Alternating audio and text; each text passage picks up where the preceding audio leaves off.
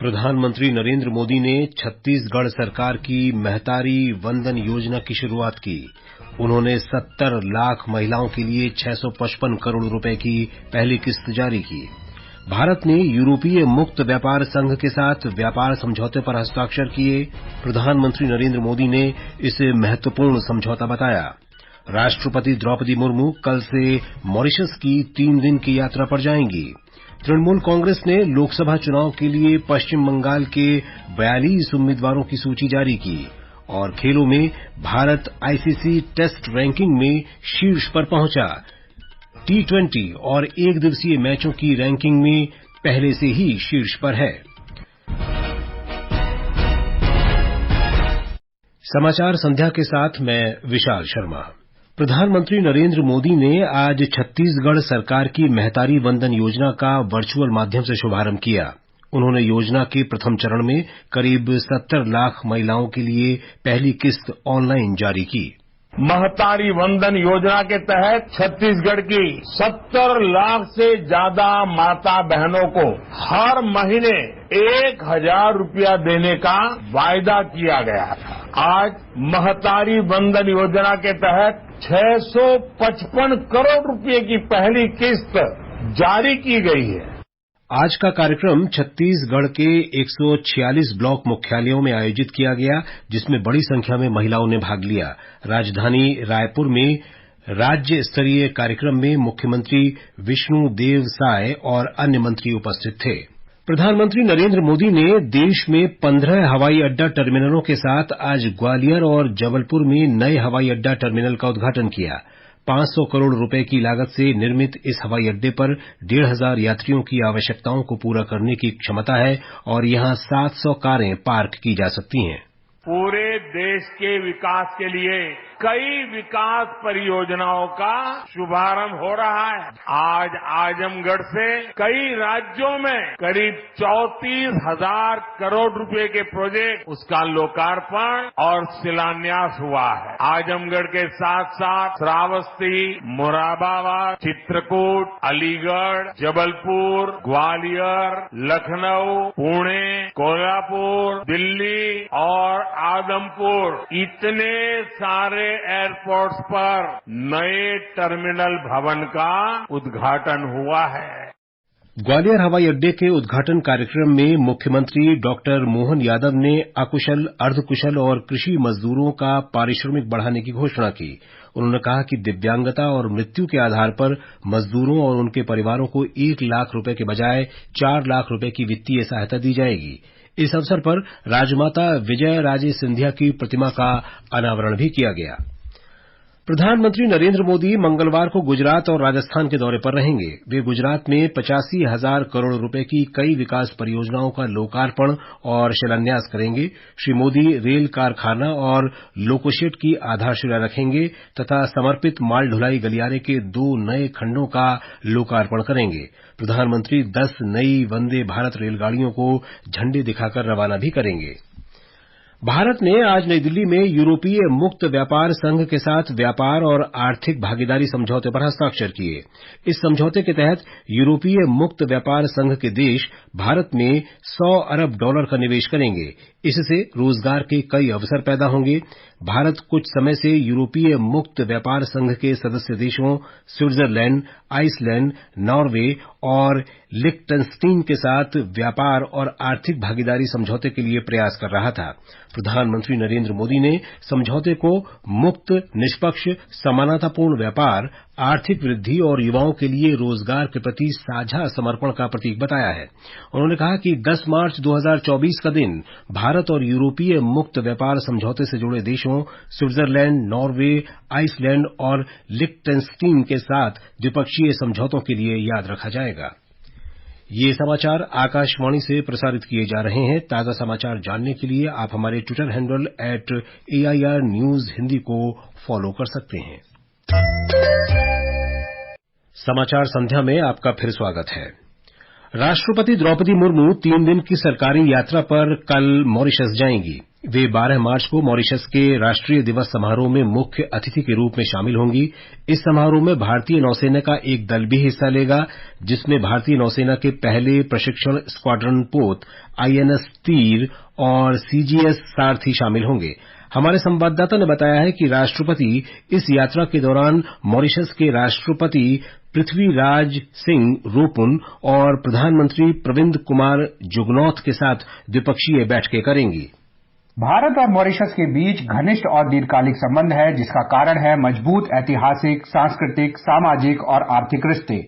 भारतीय मूल के लोग इस द्वीप की आबादी का लगभग 70% है। इस करीबी साझेदारी को और मजबूत बनाने के लिए राष्ट्रपति द्रौपदी मुर्मू और मॉरिशस के प्रधानमंत्री प्रविंद कुमार जुगनौथ संयुक्त रूप से 14 परियोजनाओं का उद्घाटन करेंगे, जिसके लिए भारत सहायता प्रदान करेगा। अपनी यात्रा के दौरान राष्ट्रपति मुर्मू अप्रवासी घाट, इंटरकॉन्टिनेंटल स्लेवरी म्यूजियम और पवित्र गंगा तालाब का दौरा करेंगी। इसके अलावा राष्ट्रपति मुर्मू मॉरिशस विश्वविद्यालय में यहाँ के युवाओं, भारतीय प्रवासियों और महात्मा गांधी संस्थान में भारतीय समुदायों को भी संबोधित करेंगी। भारत मॉरिशस संबंधों में आर्थिक सहयोग भी एक महत्वपूर्ण स्तंभ है। 2022-23 में दोनों देशों के बीच कुल व्यापार 554 मिलियन अमेरिकी डॉलर से अधिक तक पहुंच गया। साथ ही भारत में प्रत्यक्ष विदेशी निवेश में मॉरिशस की अहम भागीदारी है। भूपेंद्र सिंह, आकाशवाणी समाचार, दिल्ली। तृणमूल कांग्रेस प्रमुख ममता बनर्जी ने पश्चिम बंगाल में आगामी लोकसभा चुनाव में 42 सीटों के लिए उम्मीदवारों की घोषणा कर दी है। पार्टी के राष्ट्रीय महासचिव अभिषेक बनर्जी के नेतृत्व में आयोजित विशाल रैली जन गर्जन सभा में ये घोषणा की गई। सूची में घोषित प्रमुख उम्मीदवारों में कृष्णा नगर से महुआ मोइत्रा, जादवपुर से सायोनी घोष, दार्जिलिंग से गोपाल लांबा, डायमंड हार्बर से अभिषेक बनर्जी, आसनसोल से अभिनेता शत्रुघ्न सिन्हा और बहरामपुर से पूर्व क्रिकेट खिलाड़ी यूसुफ पठान शामिल हैं। विदेश मंत्री डॉक्टर सुब्रमण्यम जयशंकर ने चौथे अटल बिहारी स्मृति व्याख्यान में महिंद्रा ग्रुप के अध्यक्ष आनंद महिंद्रा के संबोधन की सराहना की है। एक सोशल मीडिया पोस्ट में डॉक्टर जयशंकर ने कहा कि पूर्व प्रधानमंत्री अटल बिहारी वाजपेयी की विदेश नीति पर श्रद्धांजलि के तौर पर विदेश मंत्रालय वार्षिक व्याख्यान आयोजित करता है।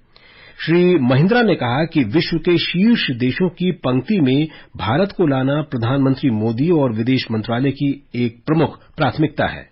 At an event last week, Prime Minister Modi recalled his vision for a developed India, and he said, I quote, "The decade that we are in now is the most important decade of independent India so far, and this is the right time to strengthen the foundation of an efficient, capable and developed India." So with that same spirit of urgency, let me come back to talking about those 3 sources of influence that I alluded to.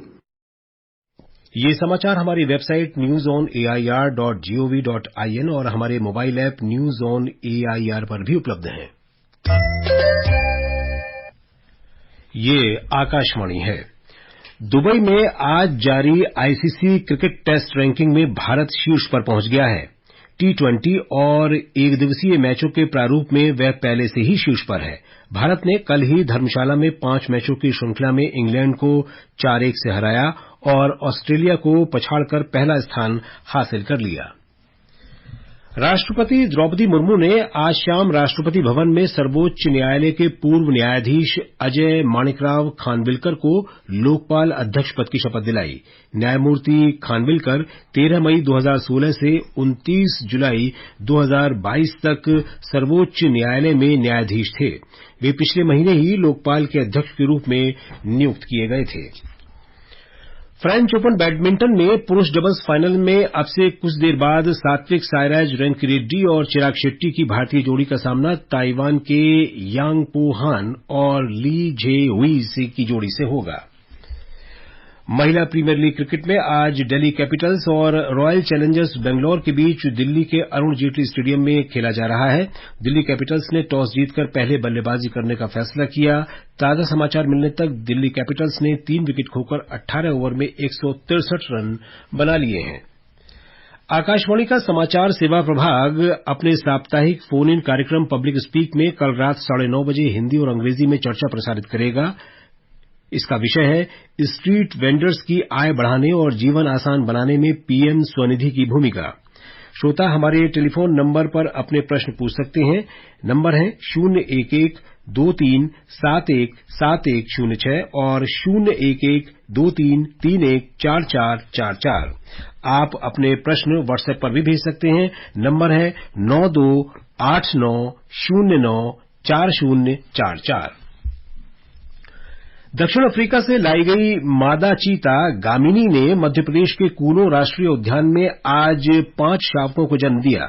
Gamini की उम्र लगभग 5 वर्ष है। इसके साथ ही देश में पैदा होने वाले शावकों की संख्या अब 13 हो गई है। केंद्रीय पर्यावरण, वन और जलवायु परिवर्तन मंत्री भूपेंद्र यादव ने चीतों के लिए तनावमुक्त वातावरण तैयार करने के लिए वन अधिकारियों, पशु चिकित्सकों और फील्ड कर्मचारियों को बधाई दी। कूनो राष्ट्रीय उद्यान में जन्मे शावकों सहित देश में चीतों की कुल संख्या अब 26 हो गई है। फरवरी 2023 में 12 चीते दक्षिण अफ्रीका से लाए गए थे। गामिनी दक्षिण अफ्रीका से लाए गए चीतों के समूह का हिस्सा है। आयकर विभाग वित्त वर्ष 2023-24 के लिए अग्रिम कर के लिए ऑनलाइन अभियान चलाएगा। केंद्रीय प्रत्यक्ष कर बोर्ड ने कहा है कि आयकर विभाग को चालू वित्त वर्ष के दौरान व्यक्तियों और संस्थाओं के कुछ विशिष्ट वित्तीय लेन देन के संबंध में जानकारी प्राप्त हुई है। इसमें कहा गया है कि विभाग ने ऐसे व्यक्तियों और संस्थाओं की पहचान की है जिनका कर भुगतान वित्तीय लेन देन के अनुरूप नहीं है। आयकर विभाग ऐसे व्यक्तियों और संस्थाओं को ईमेल और एसएमएस से सूचित कर रहा है। वर्ष 2014 से 2024 के दशक में भारत विश्व में मोबाइल फोन का निर्माण करने वाला दूसरा सबसे बड़ा देश बन गया है। India cellular and electronics association ने एक बयान में बताया कि वर्ष 2014 में इस क्षेत्र में 78% आयात होता था। 10 वर्ष की इस अवधि के दौरान 2 अरब 50 करोड़ के लक्ष्य की तुलना में 2 अरब 45 करोड़ मोबाइल फोन का निर्माण किया गया है। अमेरिका के लॉस एंजल्स में कल फिल्म जगत के सबसे बड़े पुरस्कार ऑस्कर का आयोजन किया जाएगा। ये कार्यक्रम भारतीय समयानुसार सुबह 4 बजे से शुरू होगा। इस वर्ष भी इस कार्यक्रम की मेजबानी जिमी किमेल करेंगे। और अब अंत में मुख्य समाचार एक बार फिर। प्रधानमंत्री नरेंद्र मोदी ने छत्तीसगढ़ सरकार की महतारी वंदन योजना की शुरुआत की। उन्होंने 70 लाख महिलाओं के लिए 655 करोड़ रुपए की पहली किस्त जारी की। भारत ने यूरोपीय मुक्त व्यापार संघ के साथ व्यापार समझौते पर हस्ताक्षर किए। प्रधानमंत्री नरेंद्र मोदी ने इसे महत्वपूर्ण समझौता बताया। राष्ट्रपति द्रौपदी मुर्मू कल से मॉरिशस की 3 दिन की यात्रा पर जाएंगी। तृणमूल कांग्रेस ने लोकसभा चुनाव के लिए पश्चिम बंगाल के 42 उम्मीदवारों की सूची जारी की। और खेलों में भारत आईसीसी टेस्ट रैंकिंग में शीर्ष पर पहुंचा। T20 और एकदिवसीय मैचों की रैंकिंग में वह पहले से ही शीर्ष पर है। इसके साथ ही समाचार संध्या का ये अंक समाप्त हुआ। नमस्कार।